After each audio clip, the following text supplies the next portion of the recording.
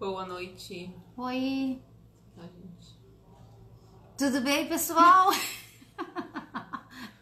E aí, pessoal do Rio Grande do Sul, Santa Catarina. Deixa eu... Oi, vamos esperar uns minutinhos aqui pra galera entrar.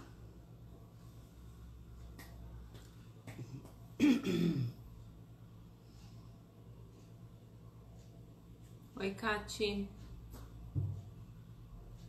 Oi. Estão escutando bem a gente?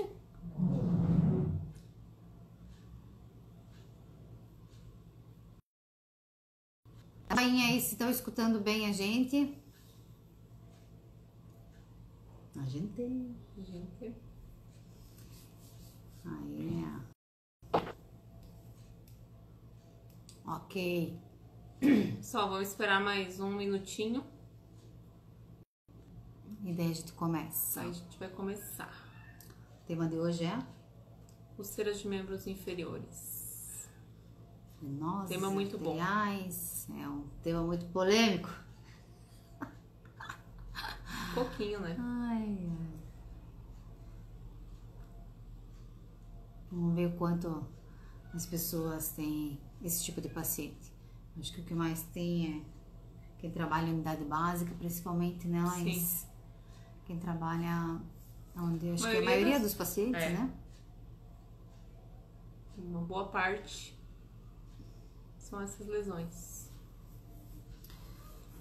Lesões difíceis de tratar, né? Oi, Ana. Que bom que entrou. Lembrou de mim hoje? Família. Família ninguém. Família. Não, só minha irmã ali, ó. Gente, vamos dar mais uns segundinhos, vamos iniciar. Vamos ficar muito longa. Então vamos lá, né? Acho que vamos começando, não? Vamos. Vamos começando que o pessoal vai entrando, né? Então, pessoal, hoje a gente vai falar sobre lesões em membros inferiores, né? Então ali entram as úlceras venosas, arteriais, as mistas, que é um desafio, né? Porque, na verdade, o que acontece? Não adianta a gente só tratar a lesão, né, Laís? O tempo inteiro a gente vem falando, é um desafio, né? Precisa bastante raciocínio clínico. Isso, exatamente. Nesse momento, principalmente. Porque... Para todas, né? Mas, especialmente, lesões venosas são... né? Úlceras de perna em si são mais difíceis de tratar. Exatamente. As arteriais, eu acho particularmente as mistas mais difícil de você diagnosticar, de você entender e até chegar nessa conclusão, né? Muitas vezes os pacientes vêm pra gente sem exames laboratoriais, sem exames de imagem, né? E a gente acaba... E tem que ter muito cuidado com isso, com essa questão de você não tratar a etiologia, né? E ficar tratando... Hoje o que acontece, muitos pacientes que chegam até a gente, o paciente já está fazendo o tratamento da lesão em si, às vezes não é o mais adequado, mas está tratando de alguma forma, né? E na realidade não tratou a causa da lesão, né? O que está causando a lesão? Então a gente sempre, quando a gente fala em úlceras, todas as feridas, né? A gente tem que tratar a causa. Então isso é muito importante, não adianta a gente colocar curativo se a gente não tratar a causa. Exatamente. Sabe que esses tempos também eu tinha uma colega que pediu para eu acompanhar uma lesão de uma paciente dela nas férias, ela precisou tirar férias e eu fui atender a paciente dela. Aí entendi um pouco o que era a lesão e falei, ela está sendo acompanhada por um vascular? Não, é um generalista da cidade. Então assim, gente, daí assim, não tava tratando a causa, daí o que a gente, acompanhamos ela, encaminhamos pro vascular, ela fez todo o acompanhamento, acabou fazendo espuma, enfim, mas a ferida tá quase fechada, né? Porque ele tratou a causa, né? Exatamente, então tratou a causa. E a gente sabe que assim, 70% das úlceras de pernas, elas estão relacionadas à insuficiência venosa, né? A gente tem vários, quando a gente fala úlcera de perna, inclui todos os tipos de feridas. Então, úlcera falcêmica, úlcera de Marjolin, úlcera de Martorell, que é hipertensiva, as reumatoides também, porque de doenças reumatológicas, que são as vasculites, né? Que são muito difíceis de tratar. Então, eu já tive uns 3 pacientes com vasculite e é realmente muito difícil tratar esse tipo de lesão porque tem um fator autoimune, então muitas vezes a gente não consegue fazer esse controle. Então a gente tem que lembrar que tem outras úlceras. Não é só isso venosa também arterial. é um diagnóstico diferencial, né? Principalmente Marjolin, que é uma lesão, um câncer basocelular. Tá? Então é um diagnóstico diferencial muitas vezes quando a gente pega lesões de muito tempo, que a gente precisa investigar. Né? Às vezes o tecido tá estranho, né? E a ferida já tem lá 40 anos. Às vezes 10 anos já é. O tecido tá meio diferente, você já. Opa, peraí. Acende uma luzinha, né, de alerta. Exatamente. Fica de olho. E daí eu tenho que fazer as biópsias, né, Laís? Pra identificar, pegar vários pontos da lesão, não um só, né? E pra fazer esse diagnóstico. Então isso é muito importante. Então, das 70% então são úlceras venosas. A maioria, né? A grande maioria, exatamente. Eu acho mais fácil de tratar, desde que você trata a causa, é um conjunto, né? Aí 10% é a doença arterial. Tá? Então elas são menor mesmo, mas elas são mais difíceis, né, Laís? Porque geralmente daí tem paciente idoso, aí não pode fazer uma intervenção cirúrgica para ajudar, para melhorar, aí fica com aquela paciente sentidora, bem difícil. E 15% são de etiologia mista, que é aquele meio a meio. Eu falo assim, ó, às vezes, a mista é aquele 1% arterial. Tem um pouco de arterial, às vezes é mais venoso, depende muito de cada caso, né? Isso. Mas ela tem as duas, são alguns pacientes, né, que a gente vai até comentar um pouquinho ali quais que são os pacientes que são mais comuns a gente encontrar esse tipo de lesão. Isso. E aí a gente tem aqueles 5% que são outras causas, né? Então entra todos aí as outras lesões, outras úlceras de perna, tá? Então, estima-se que até 1% das pessoas, né, em países de alta renda, tipo Europa, sofram de úlcera de perna em algum momento da vida. Então, e às vezes tem... no Brasil a gente não, assim, eu tava pesquisando hoje, no Brasil a gente não tem dados, assim... no Brasil a gente tem um índice, né, uma prevalência, então a gente não tem esses dados concretos. A gente tem alguma coisa por região. Por região você consegue encontrar, às vezes, um estudo de alguma região ou de algum estado, mas no Brasil a gente não consegue estimar isso. Exatamente. Pelo registro mesmo, né? Por falta de coisa registro. Que é subnotificado, né? Então, pessoas, né, com problemas de circulação sanguínea, né, nas pernas, elas podem desenvolver as úlceras. Então, às vezes, bateu um pouquinho, daí o paciente é diabético, hipertenso, né? Tem um comprometimento ali venoso, arterial, e aquela lesão acaba virando a perna toda. Quantas pacientes que a gente sabe que às vezes, Laís, colegas que falam assim, minha avó usou calça a vida inteira, nunca vi a minha avó de calça, de saia.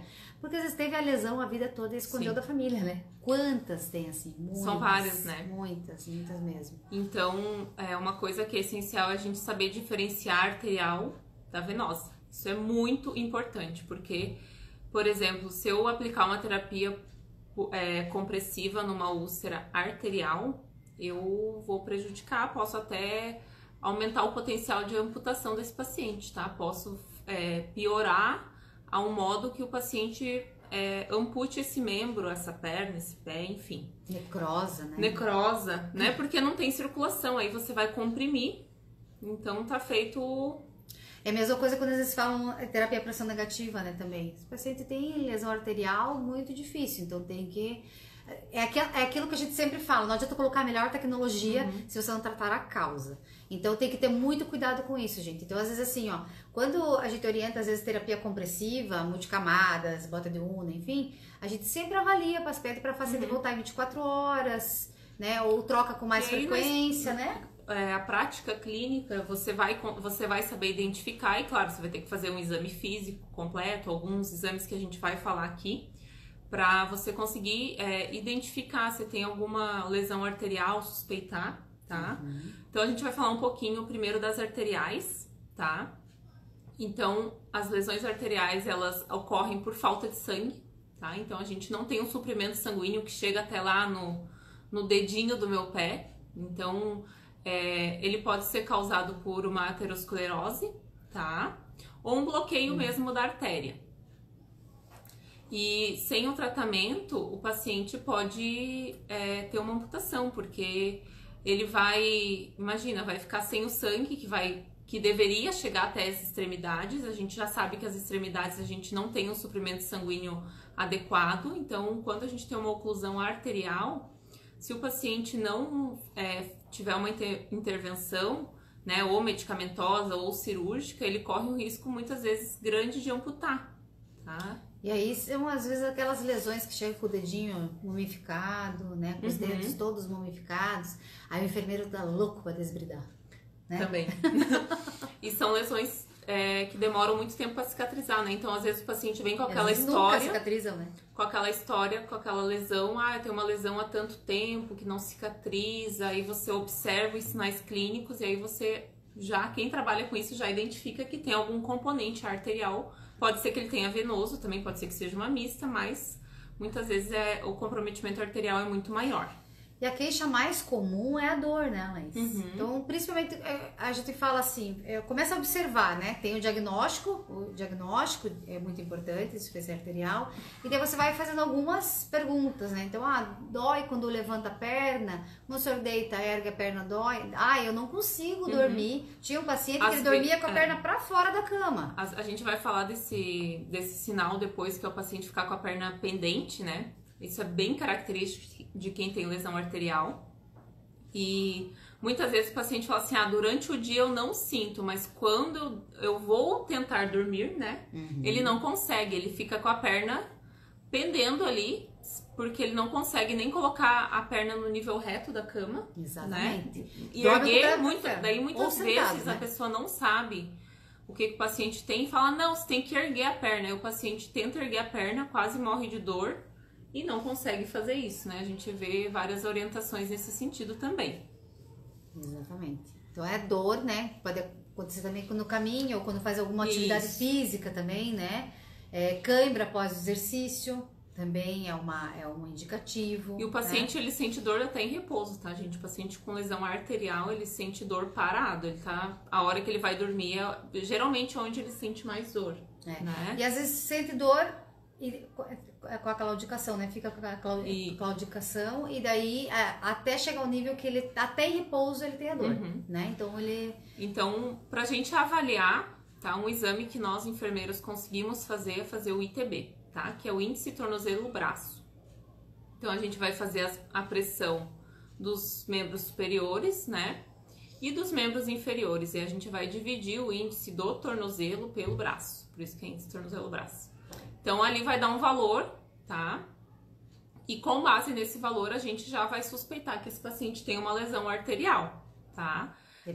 Dependendo do resultado que vai dar, tá? Então, se o ITB, que a gente fala hoje, é feito com aquele Doppler portátil, é um aparelhinho que o enfermeiro que trabalha com lesão tem que ter, né? Consigo para poder identificar. Então, se der abaixo de 0,7, algumas literaturas falam 0,6, a gente sabe que o paciente tem uma doença arterial periférica, tá? E precisa encaminhar esse paciente para o vascular. Sim, tá? Exatamente. Até porque daí, assim, terapia compressiva, não. Né? E outra coisa que a gente precisa lembrar é que no paciente diabético, gente, o paciente diabético faz muita calcificação das veias, das artérias, falsa, né? Tá? Então, a gente vai ter um falso positivo.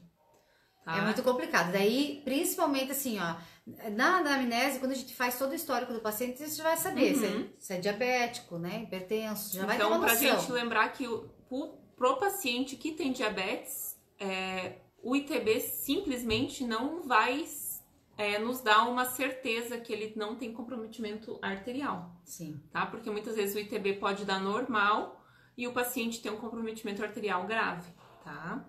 Então, por essa calcificação das artérias que acontece.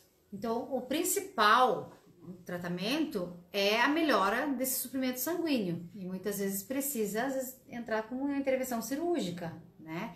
E o que acontece? Às vezes os pacientes são muito mais velhos, né, Laís? Geralmente é o idosinho de 80, exatamente, né? E daí já não... Porque a lesão às vezes acontece ou o paciente tem uma isquemia muito grave, né? E aí ele faz um trauma e abre uma lesão. Ou ele já vem com essa isquemia há um tempo, ele sabe que tem, mas também não trata, né? Tem uma cirurgia, né? Sei lá, 20 anos atrás o médico falou, você precisa fazer uma cirurgia. O paciente não quer fazer, porque também tem esses casos que o paciente não quer, se recusa, não quero fazer uma revascularização. E aí quando chega nesse ponto mais crítico, o paciente muitas vezes, pela condição clínica dele, idade, comorbidades, ele não pode ser submetido a um procedimento, porque uma angioplastia muitas vezes pode, né, é um risco cirúrgico. Sim. Né? Então tem um risco cirúrgico muito elevado e aí isso é pesado muito, né? O cirurgião e o anestesista vão pesar qual que é o risco desse paciente, né? Tem 90 anos, qual que vai ser? Vai estar com uma lesão? Eu já tive vários pacientes de 90, tive uma paciente de 93 que revascularizou, ficou super bem, tá? Mas era uma paciente que não tinha muita comorbidade. Tá? Isso é possível ainda? Sim.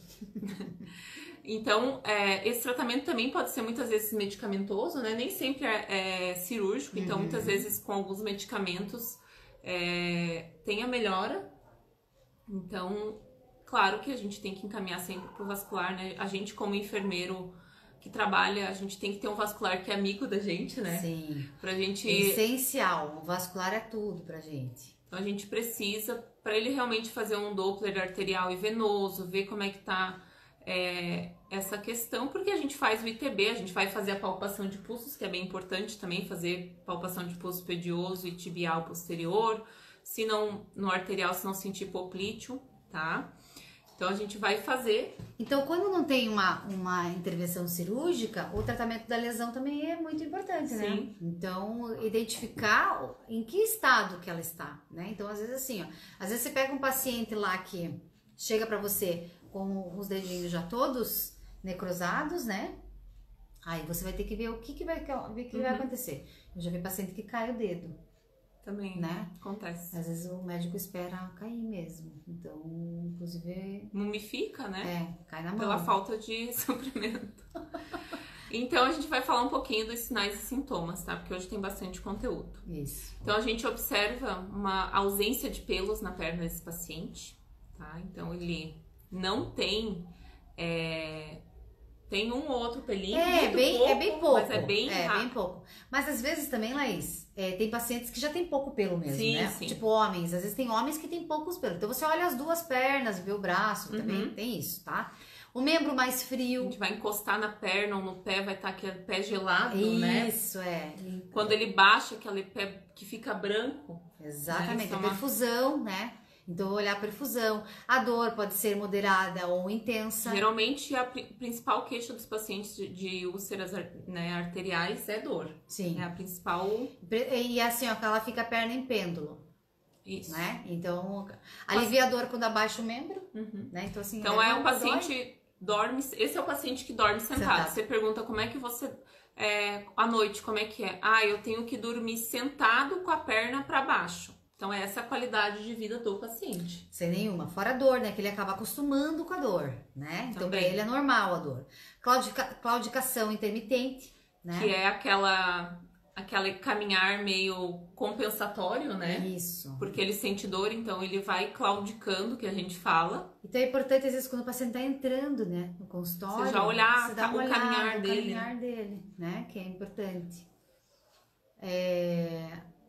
As lesões, elas vão acontecer geralmente em extremidade, né? Isso. Dedinho, principalmente, o paciente faz um trauma. Lateral da perna. As bordas também são regulares. Elas são lesões pequenas. Aquela lesão redondinha, né? Bonitinha, assim. E com bastante esfacelo aderido. Né? É uma coisa de louco aquela lá. Pouco exudato também, isso é muito importante, né? Aquela lesão que você pergunta pro paciente, quantas vezes por dia você troca o curativo? Eu ponho essa gase e sai um pouquinho molhada. Não é aquela lesão que encharca, né? Isso. A perna também é mais fina, não é aquela perna que a gente chama, né, de... Não tem edema, né? É difícil ter edema, né? a não ser que tenha uma infecção instalada, mas geralmente não tem edema. É uma pele mais ressecada, mais pálida, né? Então, essa questão de quando o paciente abaixa o pé fica bem pálido, é bem uma coisa bem característica que a gente observa em lesões arteriais, tá? Então, o ITB ele vai dar menor que 9, né? Isso. Aí, quando tá já lá em 0,7, 0,6, já é um sinal de isquemia grave. Então, esse paciente precisa ir o quanto antes pro vascular, tá? Para fazer o acompanhamento, ver se ele vai precisar fazer um procedimento cirúrgico, qual que vai ser o tratamento dele. E aí vai ter cianose também, né? A gente pega aqueles pés roxinhos assim, né? Isso. Os dedinhos. A perfusão ali você já vê, né? Então esse material eu tirei de uma revisão sistemática desse ano da Cochrane, tá? Que tem lá. Depois eu até posso mandar, eu baixei o arquivo. Depois vocês podem entrar no site porque tem espanhol também, porque ele só tem inglês, francês e eu acho que espanhol. Então eu mando o arquivo que é em inglês, mas aí quem quiser pode pegar o título e procurar em espanhol, que é bem compreensível, tá? Então, falamos um pouquinho das úlceras arteriais, que no meu entender são mais difíceis mesmo, né? Porque dependem muito também do paciente, do demora, dele, o tratamento, demora. quando o tratamento é conservador, realmente a lesão demora para cicatrizar, exatamente. tá? Então tem que ter paciência e fazer o tratamento da melhor forma, tá? E de agora vem as úlceras venosas, que são a grande maioria, né? Principalmente quem trabalha no setor público, vai olhar lá, a grande maioria é úlcera venosa, depois vem o pé diabético, lesão por pressão bem pouco, né? Mas é o que vai ter mais, né? Sim. Então, elas levam semanas, meses, anos para cicatrizar. Ou é aquilo que eu falei, nunca cicatrizam, nunca né? cicatriza. A vozinha que usou calça a vida toda porque ela tinha vergonha da ferida que ela tinha na perna, né? Então eu tenho casos na família assim, né? De tios que às vezes tem muitos problemas e a gente não sabe, né? Então hoje já é mais fácil conversar a respeito disso. Sim, hoje não tem mais tanto esse tabu, esse medo de esconder, né? As pessoas estão mais abertas. Antigamente não se tinha essa conversa, as pessoas, né, tinham vergonha, tinham... Isso. Até assim, porque não existia muito procura, as pessoas não iam no médico, toda essa questão, não tinha isolamento, acesso, né? Isolamento social também deles, eles acabam ficando mais retraídos. Ou às vezes aqueles pacientes, eu tenho às vezes pacientes vozinhas que não deixam fechar a ferida, porque é o momento com a filha, né? Que a filha vai lá buscar para levar no ambulatório. Ou que ela vai fazer o curativo. Ou que ela vai fazer o curativo, lá ela encontra pessoas, né? Então tem vários aspectos com relação às feridas, no geral, né? Não só falando das úlceras venosas. Então, também é um tratamento caro, porque geralmente as lesões são grandes, circulares de perna, as duas pernas. Os custos, né, para o serviço de saúde acaba sendo muito alto, né, serviço público, mas a gente tem que pensar qual o custo maior que esse paciente vai dar se ele não cicatrizar essa lesão de gaze, de atadura, né? Porque às vezes fica porque se ele cicatriza a lesão, às vezes faz o tratamento e em 1 ano cicatriza, às vezes dependendo do tamanho da úlcera, 1 ano e meio, quanto que ele vai economizar se ele ficar 10 anos com aquela ferida, então, sem o tratamento? Não, e às vezes fica assim, não, a gente só tem padronizado Kdersan e Gaze, mas quanto que usou? Gente, eu sei porque eu já fiz custo-benefício disso. Né? Essa é um artigo recente esse ano na Sobest de custo-benefício de tratamento de lesão com curativos. Então, sempre o custo-benefício é melhor. Então, assim, uma coisa bem importante também, a paciente faz tratamento com as ataduras, com as botas, com as terapias compressivas, enfim, e depois que fecha a ferida, ela para de usar a meia, né? Aí é recorrência, né? A gente tem muita recorrência nas lesões. Então, porque não aderem à terapia de compressão. Então, assim, uma vez teve uma úlcera venosa, vai ter que ficar com meias a vida toda. Meia, com atadura, com o que o médico recomendar depois para fazer a compressão, porque muitas vezes... hoje a gente tem vários tratamentos aí para úlceras venosas, mas o paciente precisa fazer tem vezes que o paciente faz algum procedimento e fica ok, mas algumas vezes o paciente vai ter que usar a terapia compressiva pro resto da vida. Sim. Elástica, inelástica, né? Compressão às vezes mais baixa, às vezes uma compressão um pouco maior, tá? Então, a causa mais comum das ulcerações venosas da perna é a insuficiência venosa, né? que é... Então, quase 80%, né? De todas as úlceras. Então, elas são propensas ao desenvolvimento de úlceras venosas das pernas e tornozelos. Então, às vezes começa pequenininha e elas vão aumentando, tomando uma proporção, né, gigante, né, Laís? E ela evolui muito devagar, né? Então, não é uma lesão que evolui rápido. Ela começa e aos pouquinhos ela vai aumentando. E eu tive um caso uma vez que eu fui fazer um treinamento numa prefeitura e a paciente tinha 2 lesões pequenas, uma em cada perna, proveniente da adolescência dela, de uma trombose que ela teve, e tava com pseudomonas e aplicaram a bota de Una nas 2 pernas. Aonde estava a bota de Una, rompeu a perna. Então, de 2 lesões pequenas, ela tinha 2 circunferenciais de perna, né? Então, assim, ó, por quê? Uma indicação errada da cobertura, aquilo que a gente volta a falar. A gente vai falar isso toda a live, tá? Já vou falar, a gente vai cansar de falar, porque tem que falar. É uma coisa que tem que falar toda a vida, porque as pessoas esquecem, né? Meu jargão, o óbvio precisa ser dito, tá? Vocês vão ouvir falar muito disso. Então, muito cuidado com isso. E o tratamento da úlcera venosa é compressão, gente. É a primeira coisa que a gente precisa fazer. É padrão ouro, tá? Não padrão adianta ouro. Você colocar, que nem a Rossella falou, terapia por pressão negativa, tá? Tem que fazer compressão. Se não fizer uma compressão adequada, a lesão não vai melhorar. Então, isso é muito importante. A gente precisa entender o que é terapia compressiva, o que a gente vai utilizar. Claro que a gente não vai conseguir falar isso aqui na live, né? Porque é uma coisa que você tem que estudar e, né, a gente já fez alguns cursos sobre úlceras venosas ano passado, acho que foi, ano retrasado. Então a gente fala de todas as terapias compressivas, elástica, inelástica, terapia de contenção, porque é uma infinidade. E outra coisa bem importante é o seguinte, acho que no último congresso da Sobeste teve a Eline falando sobre o uso da cobertura na lesão e a terapia compressiva, né? Então, é padrão ouro também isso, né? Você associar as coberturas junto com a bota, junto com a cerqueira. Claro, vamos dizer, se você não tem a bota, só tem a bota, você vai usar só a bota, vai demorar mais, mas a cicatrização vai, se realmente melhorar o refluxo, né? A cicatrização vai acontecer. Então, a gente sabe que as úlceras venosas são as de maior duração. Então, elas duram muito tempo, né? Eu tenho uma paciente, por exemplo, que ela tem lesão há 7 anos.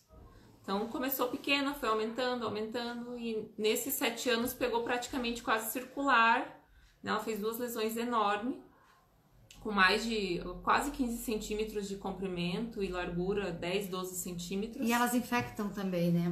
Com muita frequência, assim, dependendo do que vai utilizar, acabam infectando. Então, e às vezes os sinais logísticos é diferente um pouquinho dela. Não faz uma infecção como uma lesão normal, não sai pus, né? Não sai pus. Então, assim, ó, você tem que trabalhar junto, por isso que o trabalho em conjunto com o médico é muito importante, né? Então, essas úlceras, elas vão ocorrer geralmente nas pessoas acima de 65 anos. Tem pessoas mais novas que têm úlcera venosa, tá? Isso não quer dizer que pessoas mais jovens não possam ter.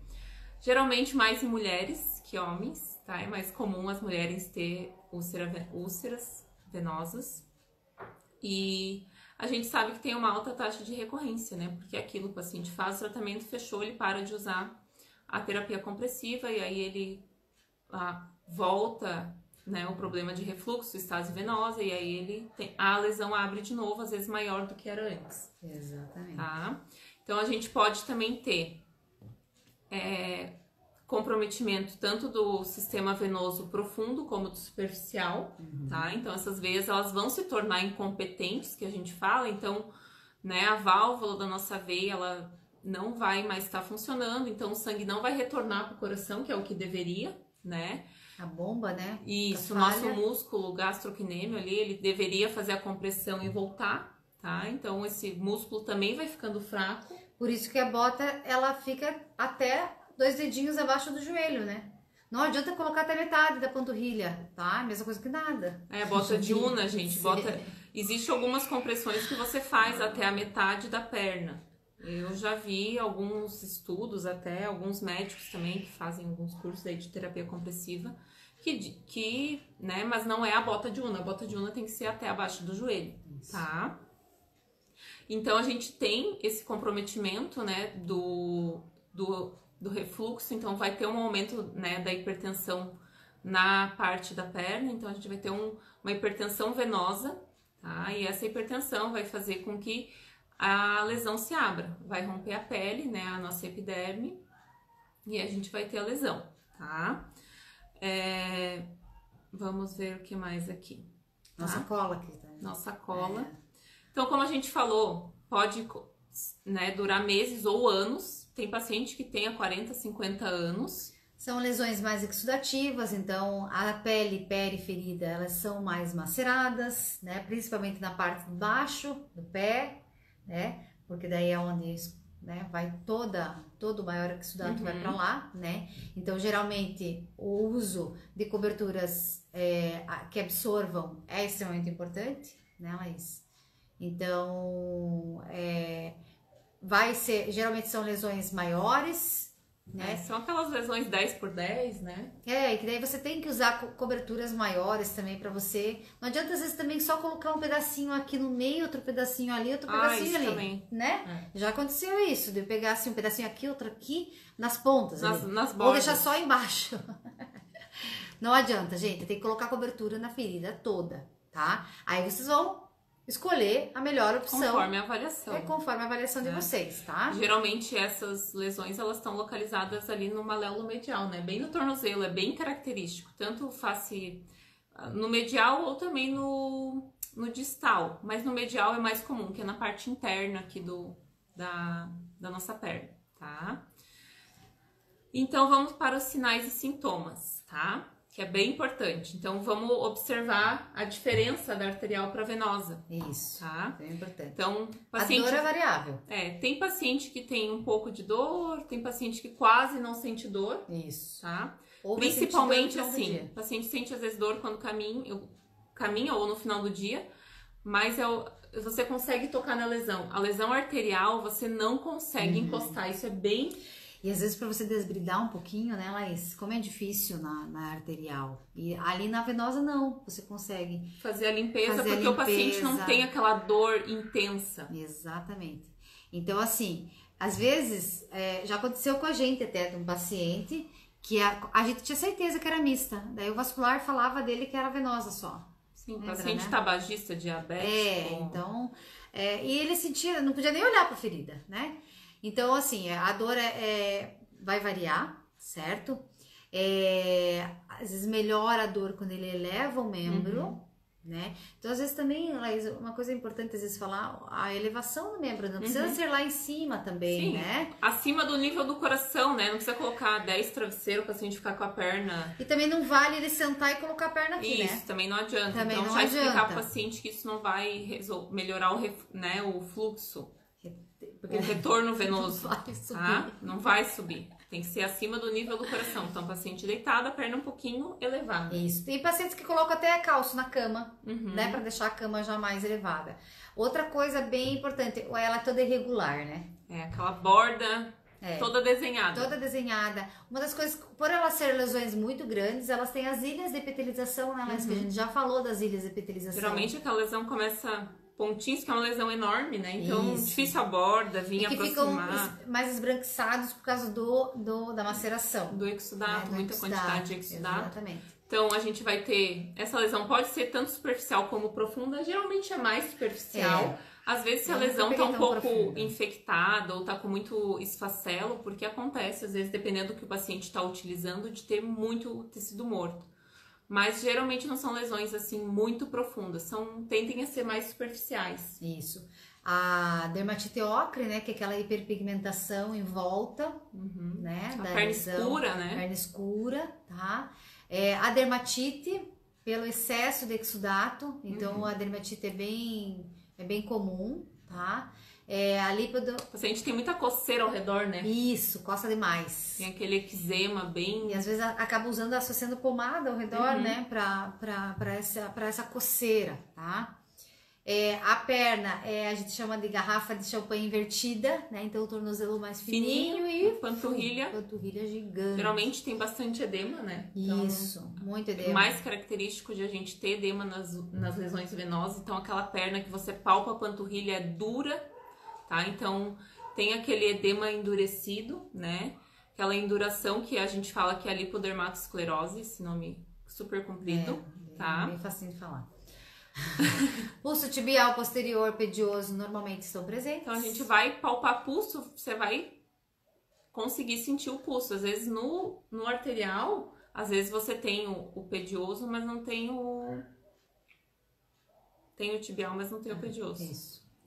O ecodoppler, o ITB dele, né? Vai ser normal. 0,9 a 1,3. Difícil, às vezes pode ser que esteja um pouquinho abaixo, às vezes 0,8, mas não... E às vezes é mais difícil também fazer o ITB quando tem lesão, né, Laís? Então, aí tem que fazer... Posiciona o manguito mais pra cima, não tem problema, mas tem que ter também vários tamanhos de manguito, porque às vezes aquelas pernas bem edemaciadas, então às vezes o manguito normal, eu já tive paciente que eu não consegui fazer porque eu não tinha um manguito maior. E aí a hora que você vai insuflar ele solta, então você não consegue fazer.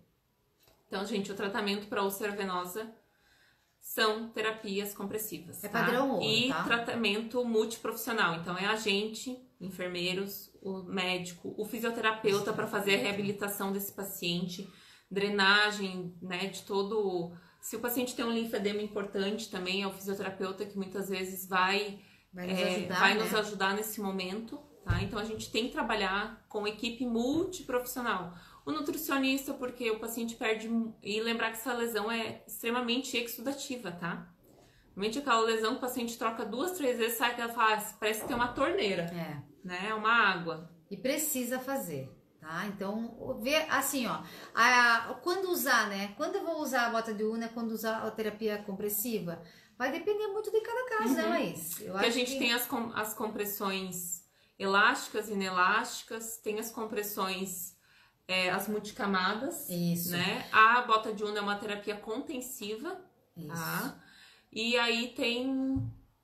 Hoje tem tantas novidades, né? Tem tanta coisa. E aí tem no mercado. o tanto da compressão, né? Se é 20, se é 40, então depende muito da etiologia. Né? Então, se for, muitas vezes, se tiver um componente arterial, a gente tem que... Porque acho que na mista, se for um comprometimento menor dá utilizando, pra utilizar a compressão de 20. Isso, mas daí tem que o vascular... Isso, tem que ter indicação do médico. Indicação do médico, tá? Para essas lesões mistas, porque às vezes é aquele negócio, 99 venosa, tem aquele 1% arterial, né? Então... E o paciente vai sentir dor, muitas vezes. Se ele tiver um comprometimento maior, ele vai ter bastante dor. E isso é uma coisa importante, quando a gente coloca a terapia compressiva, é perguntar pra ele, sentiu dor, tem que tirar. Né, Laís? Colocou bota de una, eu sempre, quando inicio uma bota de una pro paciente, falo, se você sentir dor, uma dor que você não sentiu, teus dedos ficar vermelho, o pé inchar, porque pode acontecer, você tira a bota imediatamente, me comunica. Tá? Ou pode ser também só uma infecção, né? O paciente acabou desenvolvendo uma infecção quando estava com a bota de una, também pode acontecer, tá? E aí a gente pode ter um problema maior, abrir mais a lesão, né? Então tem todo esse cuidado. Mas na nossa avaliação, fizer um ITB legal no paciente diabético, sempre lembrar, tá? Muitas vezes o componente é mais venoso e tem um pouco arterial, mas tem que realmente... certificar. Eu tenho uma paciente que eu tô fazendo tratamento agora, que ela é diabética e todas as características de lesão venosa. E aí, por mais que eu fiz o ITB, deu tudo ok, eu liguei pro vascular dela e perguntei, doutor, como é que tá a questão arterial? Porque ela não tinha nenhum exame, nenhum Doppler arterial. É muito venoso, né? O Doppler, às vezes vem todos venosos. E aí, ela não tinha nenhum exame arterial, mas estava com pulso, tudo mais, enfim, né? Pelo diabético, a gente sempre tem que ficar naquela dúvida. Ele falou, não, Laís, tá tudo ok. O último exame que eu fiz dela, ela não tinha comprometimento arterial. Aí, coloquei a bota, a paciente tá super bem, enfim. Mas a gente precisa realmente ter certeza, tá? Porque senão a gente pode... piorar a situação do paciente. Exatamente. Depois disso a gente vem pra mista, né? Úlcera mista, que na verdade é só uma característica que a gente vai colocar, Sim. algumas características, né, da úlcera Então, mista. pode ou não ter pulso, tá? Normalmente a gente tem o pulso, porque se o paciente tiver uma oclusão maior, vai ser arterial, e aí não vai ser uma lesão mista, né? Então vai ser mais arterial do que... E às vezes assim, ó, ela tem característica mais de uma do que da outra, né, Laís? Então, às vezes, pelo menos as que eu peguei, eram muito características de venosa. Então, assim, ó... Mas aí tinha... Mas aquele tinha componente aquele arterial. componente arterial. Daí você começa a ver. Porque é aquilo, o Doppler vem só venoso. Às vezes o médico, ele insiste naquilo. Não fez o arterial, mas insiste. Então, dependendo do médico, a gente pulso, já sabe. Tem né? pulso. Então, às vezes assim, ó. Vem do médico X. Já sei que é bucho, né? Então, quando o médico, às vezes... Porque tem alguns vasculares que eles são muito focados só para varizes. Não atendem muito pacientes com feridas. Né? Então isso também faz a diferença, né? Sim, com certeza. Tem vascular que às vezes é mais focado na ferida, ele dá mais atenção para aquilo, né? Então alguns não, que são mais para varizes. Então daí você fica, opa, peraí, né? Então às vezes tem características regulares também, né? Pouco ou muito exudativa. Não é um padrão. Não. Eu acho que tipo assim, um a pouco mista... é mais difícil de a gente identificar. Então às vezes é aquela lesão que você está tratando como venosa, e não vai, e aí você começa a investigar, não, tem alguma coisa errada, né? Fala com o médico do paciente, doutor, vamos pedir, o que o doutor acha a gente fazer, né? O paciente fazer um arterial pra gente dizer, não, mas ele tem pulso, tá tudo certo. Enfim, faz o arterial, o paciente tem um componente arterial. E conversa com o médico, né? Doutor, olha, eu já fiz tudo isso e mesmo assim a ferida não tá legal. O que você, doutor, essa acha? Troca, né? Tem essa troca, entendeu? Eu acho que assim, ó, tudo é válido. Eu acho que às vezes tem gente que fala assim, mas o médico não escuta. Escuta. Se você tem uma propriedade pra falar, ele vai te escutar. É difícil o médico que vai ignorar não, a gente, assim. Eu nunca tive problema, graças a Deus, não. assim, nunca... Então, até os mais difíceis... A gente consegue conversar e ter um acesso com eles, entendeu? Então é coisa. Então a mista, gente, é aquele um pouquinho de cada. É um pouquinho de cada. É difícil a mista. É um pouco mais difícil a gente identificar porque não tem uma característica só venosa, só arterial. Ela vai ter a característica daquela que tem maior. Então, assim, ela tem mais comprometimento venoso, ela vai ter mais característica venosa. E se ela tem mais comprometimento arterial, ela vai ter mais arterial. É isso. Basicamente é desse jeito, E o ITB, né? ele pode ter um ITB normal também. E ter componente arterial. Diabéticos. Lembrem dos diabéticos. Gente, pensa no diabético, é um caso à parte, né? Então, é um cliente que a gente tem que ficar... Tem diabético, hipertenso. As questões. E, bom, o que a gente tinha para passar a isso, a gente quer... Vamos ver as perguntas, se teve alguma pergunta. Ô, Marcela, acho que eu vi chegar uma... Eu vou pegar teu celular, porque eu vi que chegou uma pergunta pela caixinha. Tá. Ela vai ver ali, eu vou ver por aqui. Então, eu vi que tem uma pergunta. Quando optar pela bota de compressão ou elástica? Vai depender do teu paciente, né? Então, às vezes tem pacientes que não... Ó, eu, por exemplo, tinha uma paciente que ela estava usando o Circade, tá? Que é uma terapia inelástica, tá? Então, quem já conhece o Circade, ele não expande, né? Então, ele é um neoprene e não estava fazendo a compressão adequada. Então, eu tive que voltar para a bota de Una, porque realmente não estava conseguindo fazer a compressão adequada para melhorar o retorno venoso dessa paciente. Apesar de ela já ter feito a escleroterapia, que é o tratamento que hoje os médicos fazem, né? Então, eles aplicam, acho que é o PEG, que é o polietileno, não sei o nome bem complicadinho, que é a espuma que eles falam. Então, ele vai fechar aquela veia doente, tá? Então, essa espuma, ela vai ocluir essa veia e aí vai melhorar o retorno venoso, tá? Porque não vai ter mais o aumento daquela pressão, porque na doença venosa, a gente tem a dilatação da veia e todos esses problemas, tá? Vamos ver se tem mais alguma coisa. Você ia ver alguma coisa aqui? Faça o resumo da live, ou materiais para resumo da live, Laís. Igual a gente fez a jornada?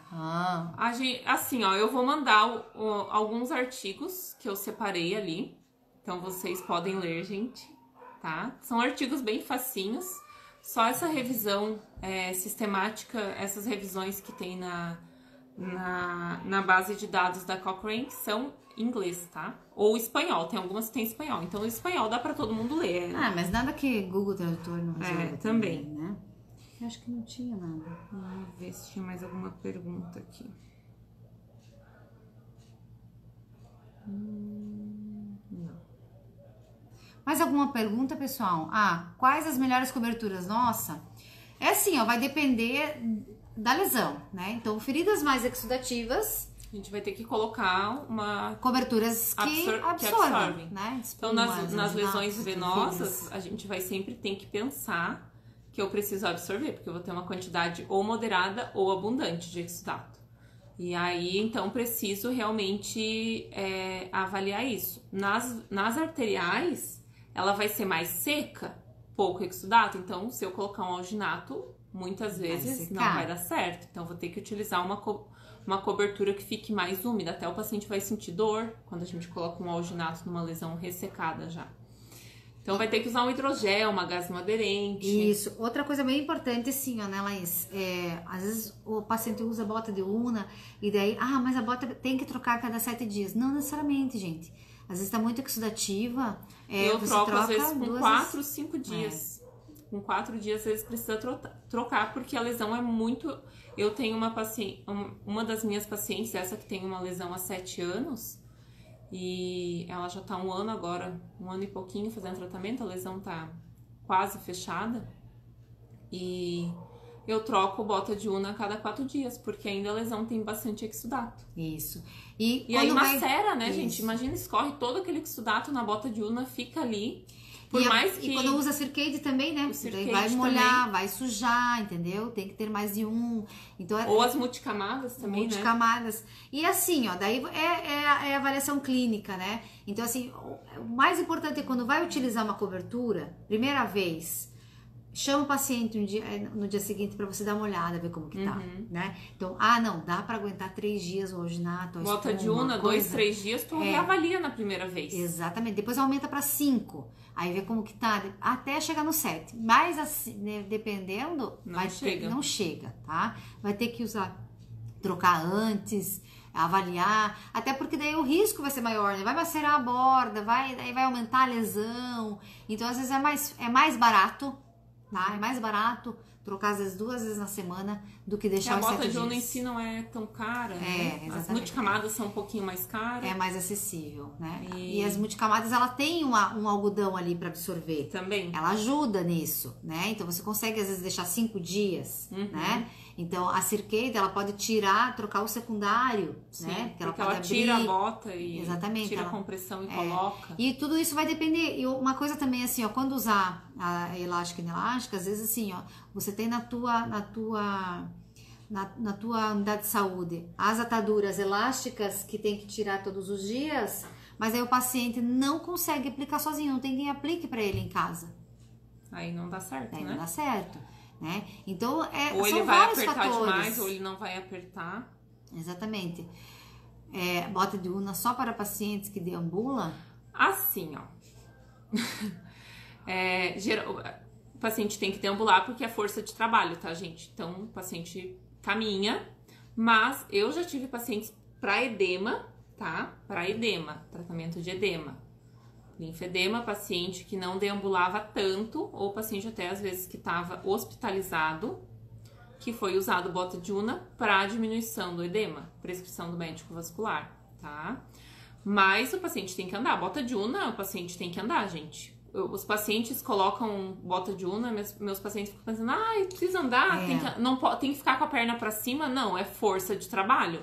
O paciente tem que andar para a bota trabalhar. Exatamente. Tá? Ele tem que, claro, não vai ficar o dia inteiro caminhando, ele tem que ter aquele tempinho ali, às vezes 1, 2 horas caminhando ou em pé, ele precisa fazer um repouso, ele levar a perna uns 15 minutos, tá? Então, isso é o cuidado, mas o paciente precisa deambular, tá?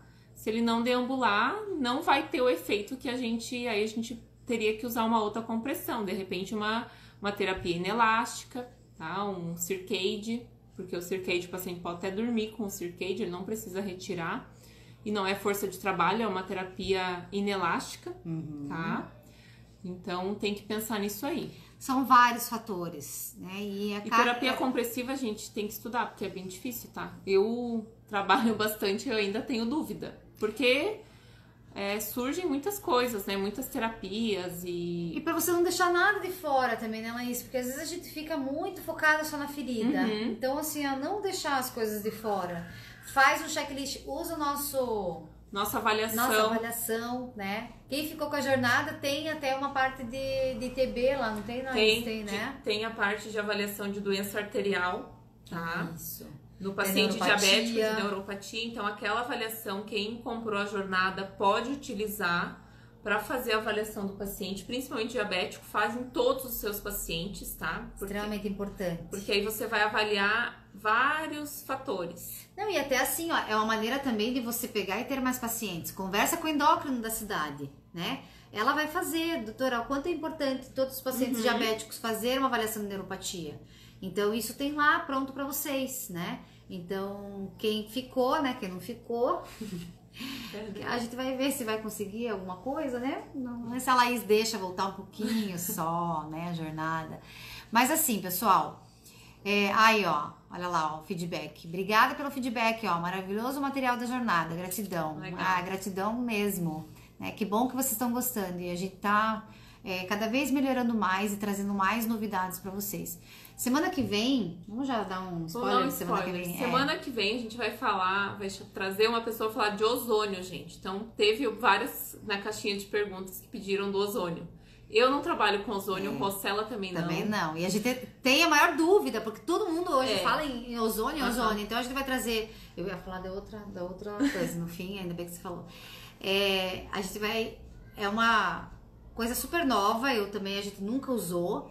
E a gente vai chamar uma pessoa pra ver contar pra gente, né?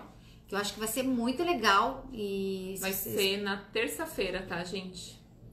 Dá pra comprar o material ainda? Então, Rossella tá aqui no meu ouvido porque eu que ela. A culpada sou eu, tá, gente? Então eu tô vendo aí pra gente reabrir a jornada, tá? Mas ainda não sei, eu tô vendo aí a questão, alguns fatores ali que a gente precisa organizar, mas aí se a gente abrir, a gente vai avisar vocês, tá? Porque teve várias pessoas, se alguém que tá assistindo a live quiser comprar, tiver interesse, manda um direct, porque eu estou anotando o nome das pessoas pra comunicar. Várias pessoas, né? Pra mim também, eu falei, Laís, abre mais um pouquinho, né? Vamos deixar mais um pouquinho. Então, assim, se vocês têm interesse, não compraram a jornada, tem interesse, a gente vai, deixa o telefone, deixa o contato que a gente vai avisar. A gente vai avisar essas pessoas, principalmente de primeira mão, tá? Então, porque se a gente for abrir, não vai ser por muito tempo. Então, e esse feedback de vocês é muito legal, é muito importante pra gente. A gente fica muito feliz em receber as mensagens. Exatamente. E daí, semana que vem, então, a gente espera vocês pra esse bate-papo com... Vamos aprender sobre ozônio. Avisa sim, pode deixar. Com a Lívia, tá? Vamos aprender sobre ozônio, a gente também não sabe nada. Então, assim, vamos aprender com ela, tá? Que vai estar aqui com a gente na terça-feira. Terça-feira, então, sabe o horário? Não lembro. Não? Ah, tá bom. Vai ser mais ou menos, a gente vai avisar, tá? A gente vai avisar provavelmente vocês. amanhã já vai estar na nossa página aí pra vocês estarem atentos aí Então, gente, de úlcera eu acho que era isso. Eu vou deixar, a live vai ficar salva. De repente eu vou tentar baixar ela no YouTube também pro pessoal poder assistir, pra quem quiser. Então lembre sempre das características lá. Volta. A gente depois pode vir um dia falar dos diagnósticos diferencial, né, Rossella? Que eu acho que é bem importante pra quem trabalha com lesões, saber diferenciar uma úlcera de Marjolin, uma úlcera de Martorell, uma úlcera por anemia falciforme. Ah, legal. Isso então, é legal. Então a gente precisa, porque são outras lesões que vão aparecer com índice muito menor. Eu até hoje tratei uma paciente com úlcera por anemia falciforme. Eu por Martorell. Atendi uma de Martorell e já atendi uma de Marjolin também. Mas a gente precisa saber para poder fazer esse diagnóstico também. Não achar que existe só venosa arterial e mista. Né? Isso é importante, porque daí às vezes um pontinho, às vezes tá lá com uma lesão que você não consegue, mas não é assim, é assado, né? Então é isso, mas eu acho que, espero que vocês tenham gostado, né? E aí, pessoal, eu vou fazer deixar um post ali, então quem quiser o material que a gente vai disponibilizar, deixa o seu e-mail, que eu vou estar enviando por e-mail. Eu vou fazer aqui que eu tenho um resuminho da live, então eu vou disponibilizar pra vocês, ó, que boazinha. Tá boa hoje, tá boazinha. Aí eu vou disponibilizar o resumo que a gente fez, né, Rô? Isso, vamos E vou fazer disponibilizar alguns artigos também, tá? Deixa o e-mail então, né? Isso. Pra quem deixar o e-mail, daí a gente vai disponibilizar. Aí eu vou fazer um post agora ali, vou colocar, quem quiser o material vai deixar o e-mail e a gente vai enviar aí no final de semana, tá bom? Exatamente. Beleza, pessoal? Então até terça-feira a gente vai falar o horário, vamos falar de ozônio, tá? Então eu acho que quem quer saber de ozônio, quem quer saber volta de ozônio, semana que vem. Isso, volta semana que vem, avisa os amigos, coleguinhas, todo mundo. Eu sei que tem muita live rolando ao mesmo tempo, né? Eu tenho que sair daqui e entrar numa. Então, a gente vai ter que... Vamos fazendo assim, né, de acordo com menos lives. Pra ter mais audiência. Mas é ótimo, tá? Muito obrigada pela presença de todo mundo. E até semana que vem. Até semana que vem, gente. Beijo. Beijo, tchau.